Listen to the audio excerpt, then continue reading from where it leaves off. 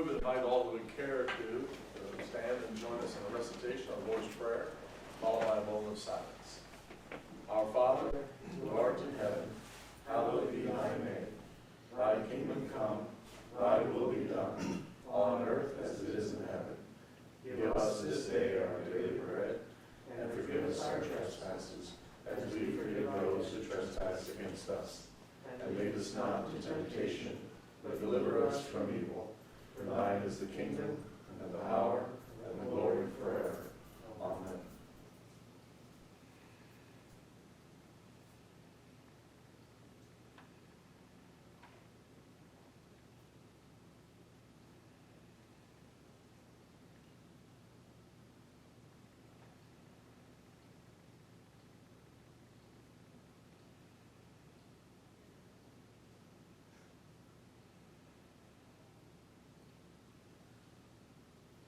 It is now 7 o'clock. Shelby City Council meeting is called to order. Would you please join me in the Pledge of Allegiance? I pledge allegiance to the flag of the United States of America and to the republic for which it stands, one nation, under God, indivisible, with liberty and justice for all. Be seated, please. Call, please, Mr. Crum. Mr. Robb. Here. Mr. Roberts. Here. Mr. Gates. Here. Mr. Martin. Here. Mr. McLaughlin. Here. I will now entertain a motion to dispense with the reading of the journal from October 5th, 2020. So moved. Second.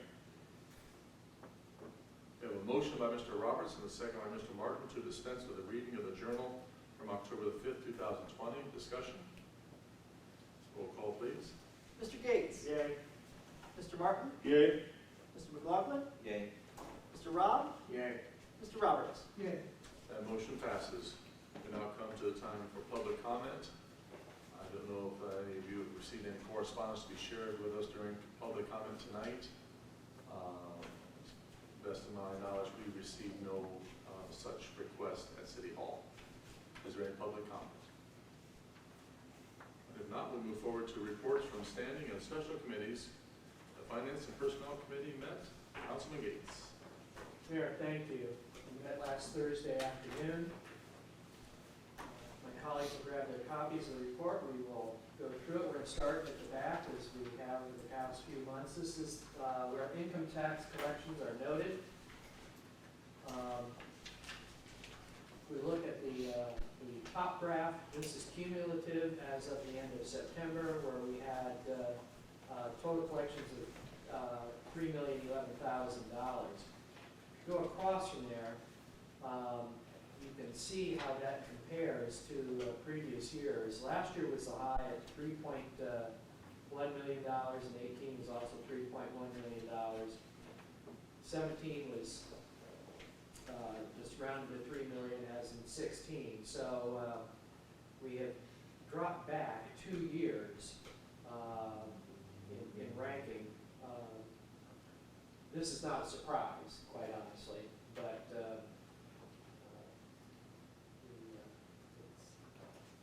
it's not dire, but it's not good.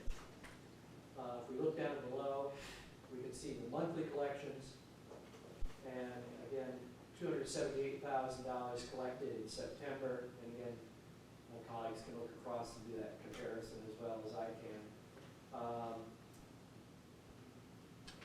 The finance director said this is mostly withholding that's here. So that would be, in essence, current real income tax collections. Individuals and business are a year behind. And as we look at, move up then, it would be the second page at the bottom. We can see the income tax collections broken down for individual, business, and withholding. We had, it's down 3.62%. Last month, that was down just 3.06%. So again, that's trending somewhat in the wrong direction. And if we look at withholding, it's down 7.12%. in September. The month before that, it was down 6.56%. So again, the withholding is becoming a lesser amount of the income tax collections. And as you look across, you see that that's the, dare I say, the 600-pound gorilla in the room compared to individual and business. This is where you start to feel the impact. And again, that I've said it before, I'll say it again, the individual and business taxes paid this year are on last year's income. So those numbers will change greatly, I'm afraid, when we look at 2021. So, well, let's look at the combined financial statement. As of the end of September, that's 75% of the year that's gone. When we look at the two columns, and we go clear down to the bottom, we can see that we collected 67% of our revenue for the year and expended 59% of it. So using that 75% as a quick and dirty, that doesn't look too bad. But we know this is a case where you can't look at the forest. Indeed, we do have to look at the individual trees. And the biggest tree, the giant sequoia, of course, is the general fund. I'm running with this Well, one. I tell you what. I'm hot with that one. I won't point out which is the emerald ash borer that is attacked the ash tree. But anyway, in all seriousness, let's look at the general fund. Cash at the end of September was a little over $1 million with encumbrances, $852,000.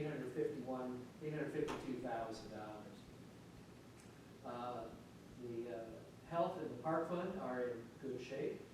If we look down at the three utilities, the sewer line 400, $247,000 in cash, 187 free and clear, 60,000 encumbrances. Looking at the water, $254,000 in cash, but 163,000 encumbered. My guess is going to be, as I look over my shoulder, the utilities director, that's probably chemicals, and he's nodding in. So that's, chemicals are what they use at the water plant. So that shouldn't be a surprise that we have a large amount of encumbrance for chemicals.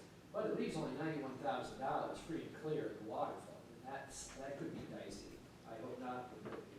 Electric is doing what we had wanted the electric to do.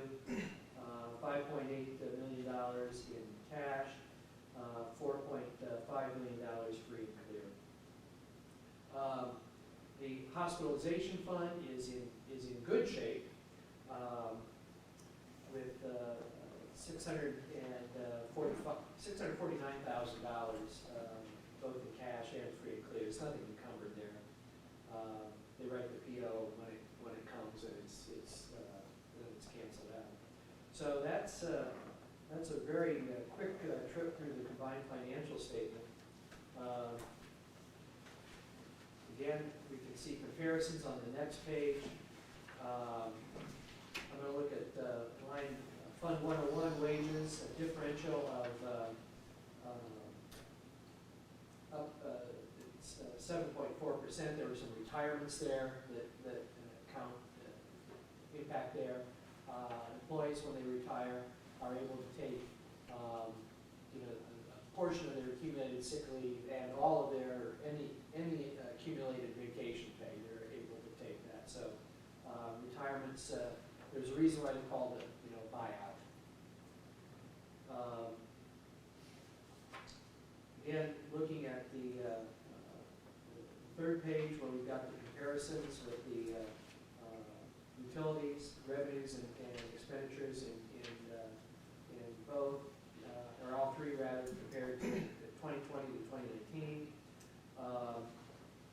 Jumping down to the bottom, we can see the transfers from the 220, the income tax fund, to the general fund, capital improvements, and so on. Those are all down because the income tax is down. And those are very, very arithmetic. There's a percentage that gets sent to various funds, and it is what it is.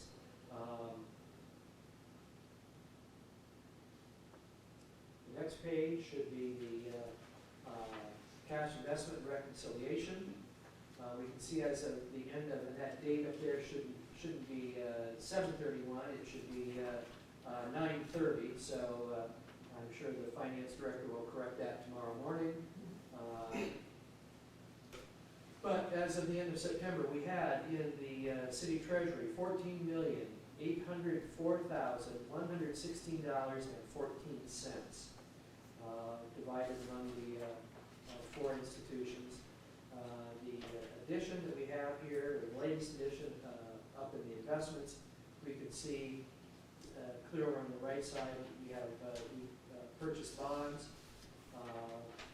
Shelby School District and Lincoln Heights School District bonds, a new investment that we have.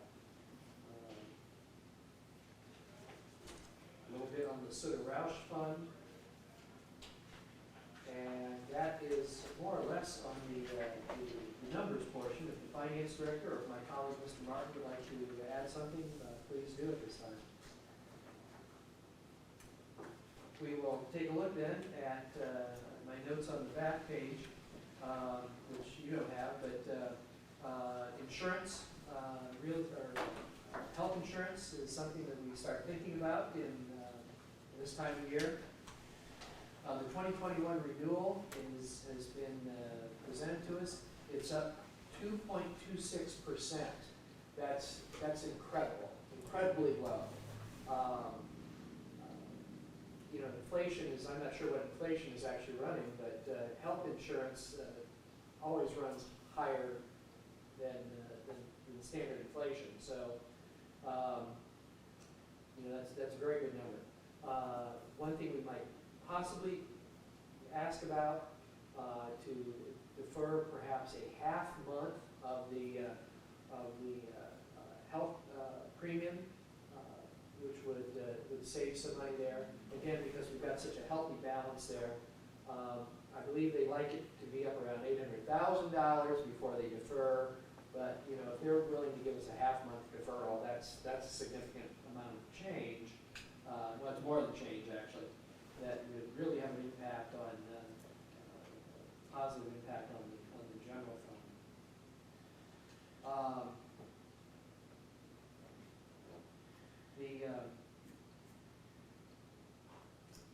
There are 88 employees who have city health insurance. 73% of those are family plans, 15% or 15 are individuals. The deputy finance director was telling about some of the complaints that she gets, and most of the complaints are actually regarding vision and prescription plans, which I know how my insurance breaks down, and those are rather picayune compared to the medical and hospitalization part. But again, that's what most of the complaints are. So she was going to check to see what we might possibly do there. There are some options that we could be looking at: a health savings account and flex savings. I think it's always good to have options available for people. The one thing that I did make clear is that by statute, the finance director is the insurance administrator for the city of Shelby, subject to the overview of city council. So if there are any changes made in the insurance plan from 2020 to 2021, those changes will have to be run through city council. The resale of the bonds for this structure was done as of October 13th. So that is all over and done with. And my thanks to everyone who had a part. Mayor, I know you had a part in that, and the finance director clearly did, and I assume that the deputy finance director had a part in that as well. So we're saving, by refinancing this building, we're going to save the taxpayers in excess of $600,000. So your time and your efforts were very well spent. You can literally put a price tag on fine work that the three of you did. With, of course, the authorization of City Council to do that, so we can all pat ourselves on the back to some extent.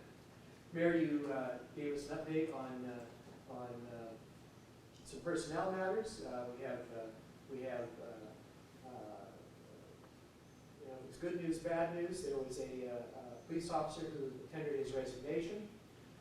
We have a new firefighter who will be starting here on October 17th. He is a lateral transfer from Willard, so their loss will certainly be our gain. And you had informed us that the FOP, you would be meeting with the city would be meeting with the FOP in negotiations on October 21st, which is Wednesday. So, Mayor, I believe that's everything, unless there's something that those who were present at the meeting would noted that I had forgotten. Are there any comments or questions from Mr. Gates in regard to his report? I may mention just one thing also in that presentation. Ms. Jessica Griffin did a great job on the economic development standpoint. We brought her in on that presentation, and she did a fine job of presenting the economic development portion of that presentation. So that's great. Mayor, if there's no questions for me or comments, anyone else, I would move that the combined financial statement and the cash investment and reconciliation statement, both dated 9/30/2020, be received, placed on file, and posted to the city's website. Second. We have a motion by Mr. Gates and a second by Mr. Martin that the combined financial statement and the cash investment reconciliation statement, both dated 9/30/2020, be received, placed on file, and posted to the city's website.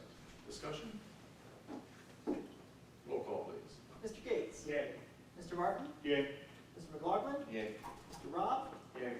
Mr. Roberts? Yay. That motion passes. Thank you, Councilman Gates. You're welcome.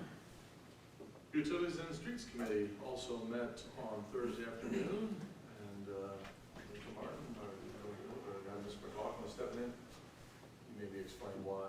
Oh, yeah, I was present at both committee meetings via telephone. I had a horrible migraine that day, so Mr. McLaughlin decided, he was there in person, took notes, and he's going to give me a report. So, Thank you. my appreciation, Jen, for your time. Mr. McLaughlin. Thank you. Mr. Mayor, the Utility and Streets Committee met October 15th for half an hour. I've got 9 topics to discuss at this point. First, leaf collection. The Service Department is scheduled to start picking up leaves Monday, October 26th. They'll run through the month of November. Second topic, light plant outbuilding demolition update. Bid opening for the demolition project was October 2nd at 10 a.m. The engineer's probable cost for the demolition was estimated at $146,000. 3 bids were received. The contract being awarded to Page Demolition and Excavating at $101,850 to be completed within 120 days. Appropriations for the project, we budgeted at $200,000. Next topic, awards. City of Shelby was honored with 2 awards for its achievements during the American Municipal Power Annual Conference in September. The first being the AMP Electric System Sustainability Award in recognition of the Shelby Solar Array Project. The second, the AMP Safety Award in the Transition and Distribution category in recognition of no time lost due to reportable accidents or injuries. Next topic, the ditch petition update. City officials engaged in a video call with Richland County Soil and Water Conservation District representatives on October 7th to continue with the ditch petition. County Soil and Water officials presented photos and videos of the exploratory walk of the river, particularly areas east and downstream of the city. If you recall, that walk took place back in August. Matt Wallace and Erica Thompson, as well as myself, for a little bit of the journey. We walked the river. The walk noted numerous felled trees lining the river and populated log, debris dams in several areas along the river. The recorded felled trees and log dams is making a strong point for the ditch petition to move forward. The first step of the ditch petition, which is the construction phase, would be to remove the log jams, the root piles, and leaning and felled trees in and along the river. The second step of the petition performs a cleanup maintenance phase every year thereafter to make sure the river stays clean and free of obstructions. The ditch petition would keep the river free of logs and debris in the designated areas as described in the petition. The proposed route would be like Mickey Road and Shelby to Geisinger Road east of town near 13 at 96. The biggest hurdle to overcome to start the petition process is the bonding of the project. So with the project extending outside the city corporation limits, the bond for the project needs to be resolved before the petition can move forward. The city might need outside of the city partner petitioner to help with the petition designation. So we're working on that right now, and it looks promising. Next item, water funds. Water treatment plant construction fund. The plant upgrade was completed back in 2006, the annual collection of $300,000 to pay the annual note payment of $288,000. The note for the improvements will be paid in full here in a few months, January 2021. So the question is, how do we financially maintain the assets of the water treatment facility, reservoirs, and water distribution system? Well, the answer, per the Ohio EPA mandate, public water systems are required to maintain their systems under the direction of the Ohio Administrative Code, Chapter 3745-87. The OAC requires the public water system to implement a financial plan that would generate a revenue stream to maintain, repair, replace the assets within the public water system through an organized asset management plan, such as pumps, motors, controllers, valves, etc., down to the rocks along our reservoirs. The asset management plan is necessary and a requirement.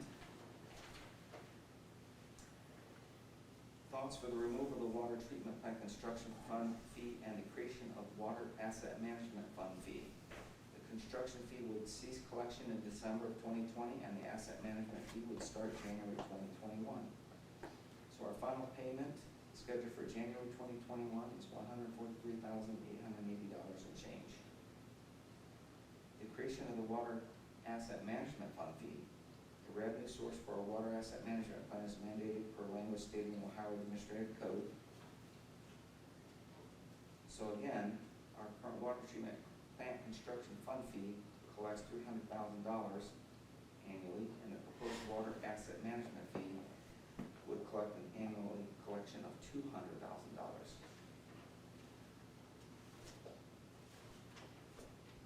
Storm sewer management is the next topic. So the thoughts for a storm water management collection. This collection has been discussed for numerous years. Numerous communities have a storm sewer management fee to fund their storm sewer infrastructure. As discussed in the last committee meeting, with the water plant construction fund coming to a close at the end of the year, a thought would be to take the current collection amount of $300,000 and dividing it between the water asset management fund and a storm sewer management fund. So again, the water asset management fund would collect $200,000 annually, and the storm sewer management fund would collect $100,000 annually. Next topic, bulk water. Changes needed in the Chapter 1040 water section. The amendment is necessary to keep the bulk water station program operational. The new bulk water station program will only allow station to operate and purchase increments of 25 cents. Rule 43, adjust the bulk water rate annually by the most current consumer price index. So the annual consumer price index adjustment can range from plus or minus 3%.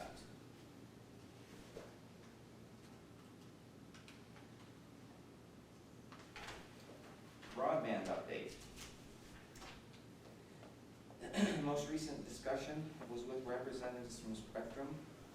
Spectrum discussed their willingness to build fiber to area businesses on Main Street, Mansfield Avenue, Technology Parkway, and the Industrial Park, but would refrain from a residential fiber build-out. Mr. Martin, you want to add anything?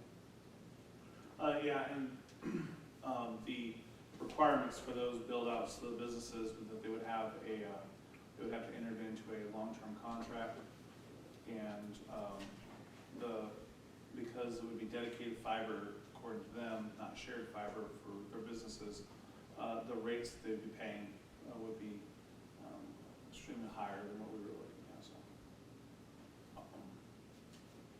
So the possibility exists, but it's not exactly a financially feasible one for our businesses downtown. Final topic, electric line loss study update. The electric line loss study is nearing completion. The study is tentatively showing the system line loss at 4%. This would be a 2% reduction from our current reported loss of 6%. So what does this mean? Our system is operating more efficiently. So this will lower the cost per kilowatt and the quarter rate adjustment. That's all I have, Mr. Mayor. All right, thank you, Councilman McLaughlin. Are there any comments or questions for either Mr. McLaughlin or Mr. Martin in regard to his report? Mr. Diggs. I'll start again. The line loss update. I recall back in the 80s where the city installed capacitors on the, at various places on our distribution system. Some were on West Main Street, close to the hospital, I think, the others. Does that do the same thing that we're talking about here, line loss? It would. The capacitors definitely help. We haven't really had too many capacitors installed in the last several years. It has a lot to do with the solar field is producing the beta loss within the city itself, inside the city. So it's not, you don't have that transmission loss coming in through the transformer. That's part of it. The LED lights at nighttime is performing better for us. So there's multiple things that we've done over the last several years that's actually making a better improvement of the system. But the capacitors back in 80s and 90s and recent have definitely helped as well. Correct. The broadband update, I appreciate Mr. Martin's making this more clear. When I read through this and I saw that, you know, the city met with Spectrum and they discussed their willingness to do this, I thought, this is like it's like a deal made with the devil. So I know that's strong words, and I chose that phrase carefully. It sounds like that is for naught. Mr. Martin? Yeah, there was a great deal of, I'll just articulate, there was a great deal of frustration from this council member on the call. They feel like they were really throwing us a bone in the spirit of cooperation. And I know that was felt by a few others in the call as well. So we're continuing to look at this. Obviously, everyone here saw the feasibility study, saw the price tag. We're looking at ways that we can possibly lower that price tag by still delivering a good service. Those, and also in that discussion is with the finance department of what can we afford, right? So we're still in continuing discussions over this, and it's going to be probably, I'm hoping within the next month or two, we're able to come to council with some options. Sam, I thank Mr. Ensman for setting up the discussion call, because I mean, I think we all know Mr. Ensman's posture of being open and transparent, and we're not trying to backdoor anybody, so we wanted them to be at the table so they know exactly what our plans are, and was there any possibility of some sort of a partnership. And so I'm glad we had that discussion, a very frank discussion, and a pretty lengthy discussion, and so I think we've done our due diligence in that regard. And one other thing on that too is that a lot of people have mentioned different House bills that are coming up dealing with trying to expand broadband and the monies coming from the state and the federal government to do so. It's important to note that we do not apply for any of those because our residents already meet the threshold for what is available to them internet speed wise. And the threshold is way low. To be able to move from tier 2 to tier 1 in their book is moving from like 15 megabits a second to 25 megabits a second.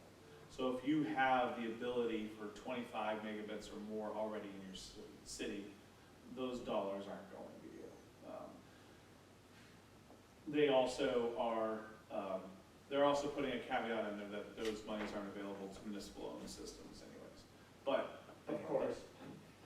again, it didn't apply to us anyway, so no loss really there. But we are exploring those different things. But everything we've come across, it's kind of funny because bigger companies, Spectrum and us, are like, oh, you're in rural Ohio, so maybe you apply. And it's like, we're not in the boondocks.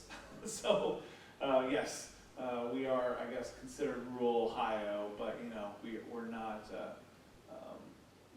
in the boondocks here. So we're not putting together tinfoil clips for internet service or something like that, which a lot of people from bigger companies seem to think when they think of Shelby, Ohio, which is kind of funny, but all those monies are, at this point, are not available to us. Mr. Gates? Mayor, in no way was I trying to imply, I was not implying that the city was wrong in having a conversational perspective. Talking is always good, but I think, this is small town America, but, we're not yokels, and we know what we're doing here. And, the big investor owns sometimes think we don't amount to, a hill of beans. Well, indeed, we amount to a rather large mountain of beans. So, but, talking is fine. I don't make politics. We're talking initially, and, there's no sense stringing something out if there's nothing there to be strung. So, just a couple things on the ditch update. Evidently, there was a walk of the Black Fork, and we know where there are trees and what have you down. Have the property owners been contacted and I think asked, because I don't know what the law allows, but it would seem to me that if there are trees down and the river is being blocked on someone's property, that person has a nuisance upon his/her property and therefore should be told to remedy it. In the short term, now this ditch petition process, it remains to be seen whether it's long-term will have any benefits, but, if there are trees down, if a landowner's property has fallen into the tree, or a tree has fallen into the river, it still belongs to that person, and it should be taken out because it's creating a nuisance along the river. So I think that's the short term that should be done. The other thing is, of course, the bonding, and the issue is, of course, the expenditure of city monies beyond the city limits, and you always have to be careful about that. That is one quick way for any municipality, for any governmental unit, to expend its monies beyond its borders. You can get in real trouble with that right away. So I think that does need to be resolved. I'm glad it sounds like it is being resolved. And I think we need to have, a greater partnership, which I think kind of sounds like it's on its way, rather than, I will say, I would not want the city to be taken advantage of in this process. And I think that's been a discussion around the table. We talked to Mr. Eister and same concerns. So we're looking for a way to find that collaboration. And Mr. Ansman, can you speak to the issue about any trees along city properties and so forth? We've taken care of those, correct? That were in the Correct. Yeah. If we find down trees and dog games within the river, within the city of Shelby, the service department will try to pull those out. Especially at a lot of the bridges, that's where the major collections are. County bridges, we actually have the county come over to help us remove a lot of the jams there at bridge sites as well. Yeah. So it's between the service department and Richland County, they do assist in the removal of the jams. Very good, thank you. And that's an interesting point about property owners, and I think we talked to Mr. Geis that the idea of along a river, who owns what has always been a complicated sort of issue, but that's at least something to be pursued. Very good. Any further comments or questions in regard to the Utilities Committee report? All right, thank you, Councilman McLaughlin and Councilman Martin. We move to the Safety Committee. Councilman Roberts. Thank you, sir. Safety meeting on October 7th. Fire news, we learned that the EMA dropped off some COVID supplies, the fire department, masks and gowns, things like that, and updated emergency response guides have been collected and put into the trucks. And Thompson would like to apply for a our Tradio grant, and tonight we'll consider that as an application as resolution 47. Chief Thompson also talked about the importance of house numbers being displayed. The Segregated United Ordinance 25, but you know, we're not, that's just for the city, but we're talking about the whole fire district, you know, which is bigger than the city, so, you know, for anybody here, anybody watching maybe, you know, it's very important to have your house number displayed on front of your house. Chief Thompson joked that maybe you don't want police and fire, but you want Amazon and Domino's to know where you live. But, you know, that's a funny joke, but still, it's very important that we have those house numbers so that the fire trucks can get there and know where they're going right away, and same with police and ambulances and what have you. So, you know, that's something that, you know, we're trying to remedy in the city, make better, and it'd be nice if we could, you know, if that could blossom out into the fire district itself. So, that's my soapbox for that. I think that's it for fire department. On health department, 2 nuisance issues were sent to the law director, and at that time, in our COVID discussion, we had 67 cases, and you know, from month to month, I wonder if I should even put that in there, because by the time we get to this point, you know, I think we've had 10 more counting today than we had. Now we have 67 then, I think we got 77 now. You know, I mean, it's not, like I said, I was just wondering if I should even say where we were when we were there, so, because it's such a gap between the meeting and this meeting, so, and with that, that's all we're gonna have for Okay, safety. that's fine. Well, thank you, Councilman Roberts. Are there any comments or questions from Mr. Roberts in regard to his report? If not, thank you, Mr. Roberts. We'll move forward to reports of city officials. The mayor's report. Last couple weeks have been occupied with difficult administrative activities. October the 6th, I attended Shelby City Board of Health meeting at City Hall. October the 7th, a Board of Revisions met to consider the vacation of Weber's Alley. We moved to continue that meeting and take up unfinished business at the call of the chair.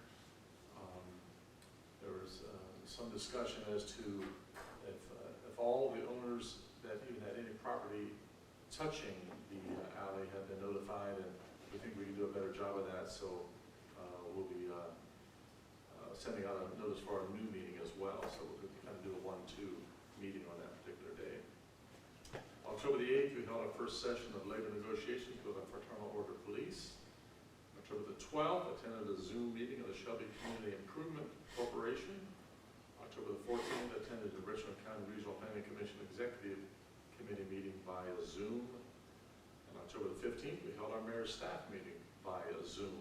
And those have proved to be very effective using that medium. Councilman Roberts mentioned the report for the city of Shelby. We did have 2 new cases of coronavirus today. So the department has indeed documented 70 individuals who have tested positive for COVID-19 since the outbreak began in March. Of that cumulative number, 66 have attained resolved recovered status. So the department is currently monitoring 10 active cases, which are self-isolating in home quarantine. And if there's a silver lining to the report, is that currently there are no cases that have been hospitalized from the city of Shelby currently. There's been 1 COVID-19 death documented within the city of Shelby. So we're continuing to ask citizens to observe all the COVID-19 protocols, guidelines, hand washing, sanitation, social distancing, and the wearing of face coverings. That is my report. Are there any comments or questions for me? Mr. McGaugh? Mr. Mayor, did you say 80 or 70 overall cases? 77 since we started counting in March. Mr. Martin? Small change, but when you send out the report, instead of saying social distancing, you could say physical distancing. I believe that's the new CDC guidelines on that. Perfect, thank you. Any further comments or questions? All right.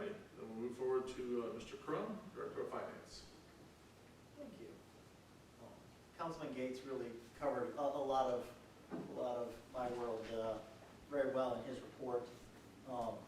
Mostly typical activities now that the bond funding is done. We have been working a lot with the CARES Act funding. We have encumbered all of the original almost 298,000 of funds that were sent to us. We have since received about 325,000 more, which we have legislation later on tonight to fund some account line items for that. We've been working throughout the city to find the best uses of those funds. That's our biggest thing. Obviously, we've been going through with the health insurance renewal process, and our property and liability renewal is coming up. And so we will be reviewing that contract, seeing what we can do to keep those costs down, especially going into this next year. And very shortly, we'll be starting to work on appropriations very heavily to get a good jump on things. That's pretty much my report. Thank you, Mr. Crum. Are there any comments or questions for Mr. Crum in regard to his report? Mr. Martin. Well, when looking at appropriations, I know we've talked about this kind of ad nauseam, but for the next finance committee meeting, is it possible we could get your general baseline of what you're, obviously we're looking at a shortage, a shortfall. So do you think you'll have, at least by our next finance committee meeting, your baseline for that, what you think that shortfall is to plan against? It's a very good question. Yes, I've already started reaching out to some of the other finance directors in the area to kind of get their ideas. Of course, every city's a little different, and the nice thing is that like our utilities departments, those will be fairly steady, and even property tax really should be steady or go up. So it's really just the income tax portion that's the real variable. I'm hoping to kind of present like, a couple levels, like perhaps maybe 5%, 10% reduction as I move forward with the department heads. But I would like to have a firm idea of what that percentage reduction is by the next finance committee meeting. And may I say, in regard to the CARES Act monies, Ms. Scriven informed us, I believe, that 82.5, remember we engaged with the Richland Area Chamber in that agreement to help our small businesses within the city of Shelby. I believe she's at 82.5, and then will be distributed here in the very, very near future. Application work completed and so forth. There are still some businesses that are kind of waiting in the wings, and it looks like Richland Area Chamber has also opened up to nonprofits. So I would hope that it would be the pleasure of council to invest some more money into our small business community through another round, probably not as large as the first, but also we were informed that this new agreement would not include an administrative fee, that whatever we would choose to contribute to our small businesses would be 100% without any administrative fee. So we're open to any ideas. If you have any ideas on investing these CARES Act monies for now and in the future when we're encountering any type of virus or things of this nature, certainly we're open to ideas. And we too are reaching out to other communities and getting some ideas on how to invest these CARES Act monies in the most appropriate way. Okay. All right, any other questions or comments? If not, we'll move forward then. Mr. Eister is attending a function with his family this evening, so he is not here. He sends his apologies. Mr. Joe Geis, project coordinator. Thank you, Mayor. We've been starting to work with Richland County EMA on the 5-year review of the hazard mitigation plan. That's for all of Richland County, and it's a very important plan because when a disaster strikes, if you're going for funding from FEMA, one of the very first questions is, do you have a hazard mitigation plan? If you don't qualify for funding for disaster funds, so it's very important, so we'll continue with that. Our contractor for the lateral lines, the ones who have got the grant for West Main Street, we're gonna start meeting with the homeowners just to make sure we're all on the same page on the alignment of the laterals, and that contractor will start those very soon. The other residents who did not get a grant have been notified that they can start connecting their laterals to that line. We talked about the ice plant. We do have a pre-construction meeting next Wednesday, and the contractor will get the key at that point, and they will start process of moving all the stuff that's out of there, disposing of properly and so forth, and then the demolition will start after that. On the East Main Street sewer, we met with the contractor. We decided that we would just wait to start that project until the spring. We don't, asphalt, I'm talking with the asphalt plants, they're gonna be done here in a couple weeks. We don't want a gravel ditch on Main Street all winter long, which is not, so we'll start that in the spring and then get that finished up right when the asphalt plant's open. Then you'll notice the city worked with Ashland Rail and 3 railroad crossings in town. I guess one's right at the edge of town, but have been refurbished in the last few weeks, so it was a very nice arrangement. We worked with them, and they're all done nice to drive on, so that's all I have, Mayor. Thank you, Mr. Geis. Are there any comments or questions from Mr. Geis in regard to his report? All right, now we'll move forward to new business.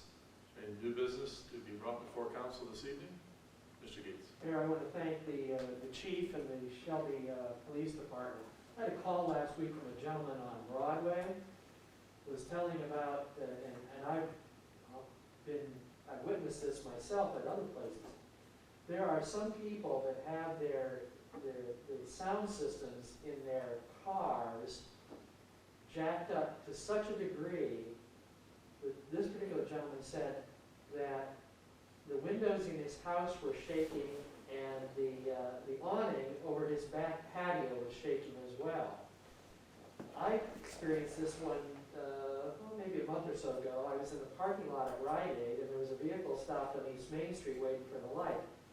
And the concussions from the sound were to such a degree that I could physically feel them hit me. How these people in these vehicles hear anything at all, who knows?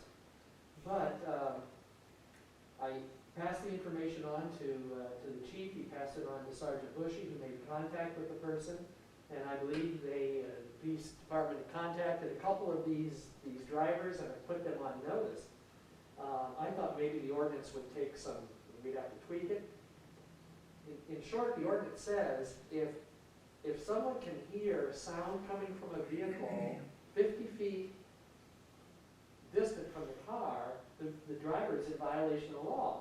Now, 50 feet is about as wide as this room is, Mr. Geis, that's, somewhere like that, it's not very far.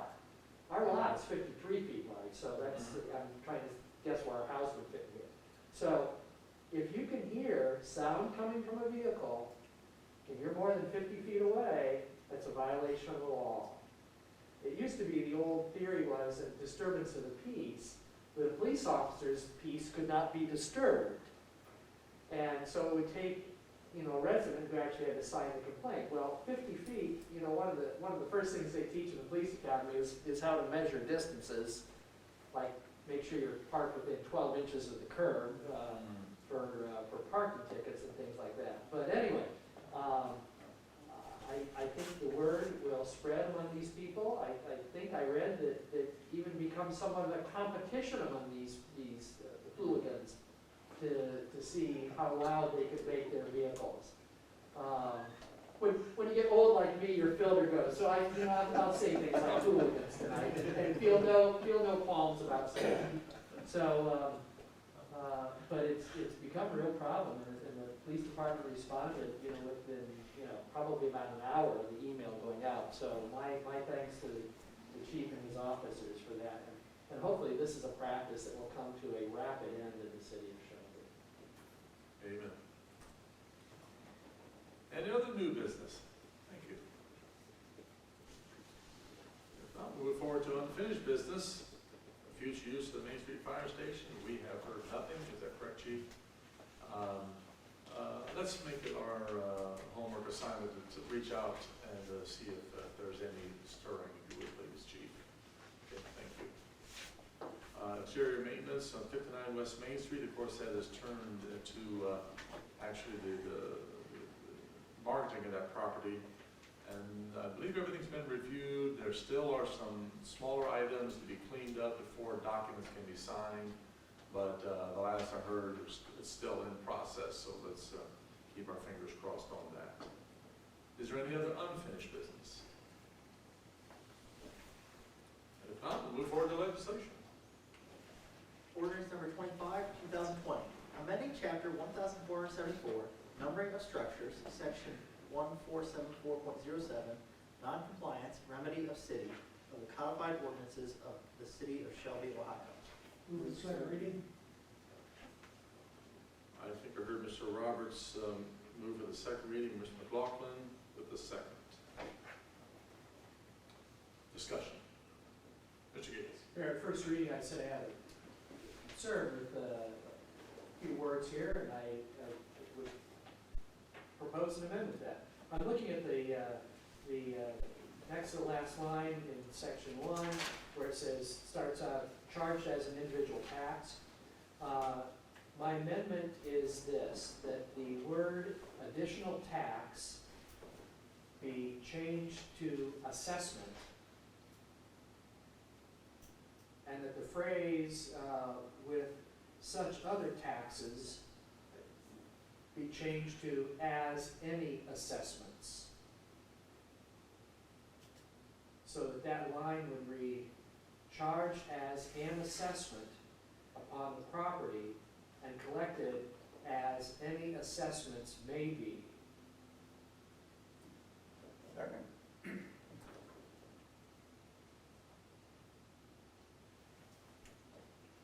So we have a motion by Mr. Gates and a second by Mr. Robb to change the next to the last line in section 1. And I'll begin with the word charge. Stricken will be the two words additional tax, charged as an assessment upon the property and be collected, and then stricken will be the prepositional phrase with such other taxes as, and that will be replaced with as any assessments may be chargeable thereon. Correct? All right. That is the amendment on the table. Is there a discussion? Roll call, please, on that amendment. Mr. Gates? Yay. Mr. Martin? Yay. Mr. McLaughlin? Yay. Mr. Robb? Yay. Mr. Roberts? Yay. That motion to amend passes. Mr. Robb. There was one other item in section 1. The law director sent an email. If I understand that correctly, had an issue with the line upon failure of the owner, occupant, or lessee or agent to affix the proper number thereto. I'm going to make a motion to remove the word thereto and insert the words to the structure, so that the line would read, upon the failure of the owner, occupant, lessee, or agent to affix the proper number to the structure within 30 days. Second. We have a motion on Mr. Robb and a second by Mr. Roberts to make an amendment on the very first line, the next to the last word on that first line, thereto, to be stricken and replaced with the words to the structure. So it shall read proper number to the structure within, and so on. Is that correct, Mr. Robb? Yeah. Is there any discussion on that motion to amend? Roll call, please. Mr. Gates? Yay. Mr. Martin? Yay. Mr. McLaughlin? Yay. Mr. Robb? Yay. Mr. Roberts? Yay. That motion to amend passes. Any further discussion? We will roll call vote on the ordinance itself. Mr. Gates? Yay. Mr. Martin? Yay.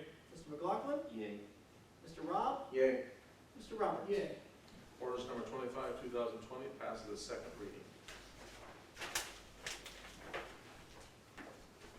Ordinance number 26, 2020, amending chapter 1040 water, sections 1040.04, rules, regulations, and fixed charges for municipal water system, Rule 35, Rule 36, and Rule 37 of the codified ordinances of the city of Shelby, Ohio. Move for first reading. Second. We have a motion by Mr. Martin, a second by Mr. McLaughlin for the first reading of ordinance number 26, 2020. Discussion.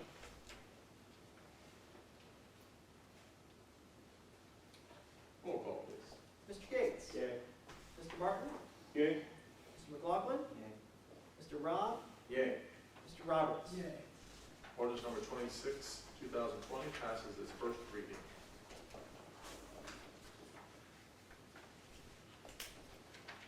Ordinance number 27, 2020, amending chapter 1040 water, section 1040.04, rules, regulations, and fixed charges for the municipal water system, Rule 43 of the codified ordinances of the city of Shelby, Ohio. Move for first reading. Second. We have a motion by Mr. Martin and a second by Mr. McLaughlin for the first reading of ordinance number 27, 2020. Discussion. Roll call, please. Mr. Gates? Yay. Mr. Martin? Yay. Mr. McLaughlin? Yay. Mr. Rob? Yay. Mr. Roberts? Yay. Ordinance number 27, 2020 passes its first reading. Ordinance number 28, 2020, amending ordinance number 8, 2020, annual appropriations and declaring an emergency. Move that the rule requiring that ordinance be read on 3 separate occasions be suspended. Second. We have a motion by Mr. Martin and a second by Mr. Gates that the rule requiring that ordinance be read on 3 separate occasions be suspended. Discussion. Roll call, please. Mr. Gates? Yay. Mr. Martin? Yay. Mr. McLaughlin? Yay. Mr. Rob? Yay. Mr. Roberts? Yay. That motion passes. Move the ordinance be taken up and passed. Second. We have a motion by Mr. Gates and a second by Mr. Martin for the passage of ordinance number 28, 2020. Discussion. Roll call, please. Mr. Gates? Yay. Mr. Martin? Yay. Mr. McLaughlin? Yay. Mr. Rob? Yay. Mr. Roberts? Yay. Ordinance number 28, 2020 passes. Ordinance number 29, 2020, amending ordinance number 8, 2020, annual appropriations and declaring an emergency. Move that the rule requiring that an ordinance be read on 3 separate occasions be suspended. Second. We have a motion by Mr. Gates and a second by Mr. Martin that the rule requiring that an ordinance be read on 3 separate occasions be suspended. Discussion. Roll call, please. Mr. Gates? Yay. Mr. Martin? Yay. Mr. McLaughlin? Yay. Mr. Rob? Yay. Mr. Roberts? Yay. That motion passes. Move the ordinance be taken up and passed. Second. We have a motion by Mr. Martin and a second by Mr. McLaughlin for the passage of ordinance number 29, 2020. Discussion. Roll call, please. Mr. Gates? Yay. Mr. Martin? Yay. Mr. McLaughlin? Yay. Mr. Rob? Yay. Mr. Roberts? Yay. Ordinance number 29, 2020 passes. Resolution number 45, 2020, authorizing the mayor as director of public service to enter into an agreement with AirServe of Mansfield, Air Solutions of Ohio, to make HVAC improvements at Shelby City Hall and declaring an emergency. Move the resolution be taken up and passed. Second. We have a motion by Mr. Gates and a second by Mr. Roberts for the passage of resolution 45, 2020. Discussion. Mr. Gates. Yeah, this will allow us to our systems was put in 1976 when the building alone remodeled that place. It has an old pneumatic air system which is breaking all the time, but more along with the CARES Act, it is going to put an ionizer in, which will effectively kill the coronavirus as it goes through the system. This also will have a new control system where we can control our broken dampers to bring in more outside fresh air as per building code and to help out the situation in the air in City Hall. So sure. Any further discussion? Roll call, please. Mr. Gates? Yay. Mr. Martin? Yay. Mr. McLaughlin? Yay. Mr. Rob? Yay. Mr. Roberts? Yay. Resolution number 45, 2020 passes. Resolution number 46, 2020, authorizing the mayor as Director of Public Safety to purchase radios and accessories through the State of Ohio procurement state term schedule for the Shelby Fire Department. Move the resolution be taken up and passed. Second. We have a motion by Mr. Roberts and a second by Mr. Gates for the passage of Resolution 46, 2020. Discussion.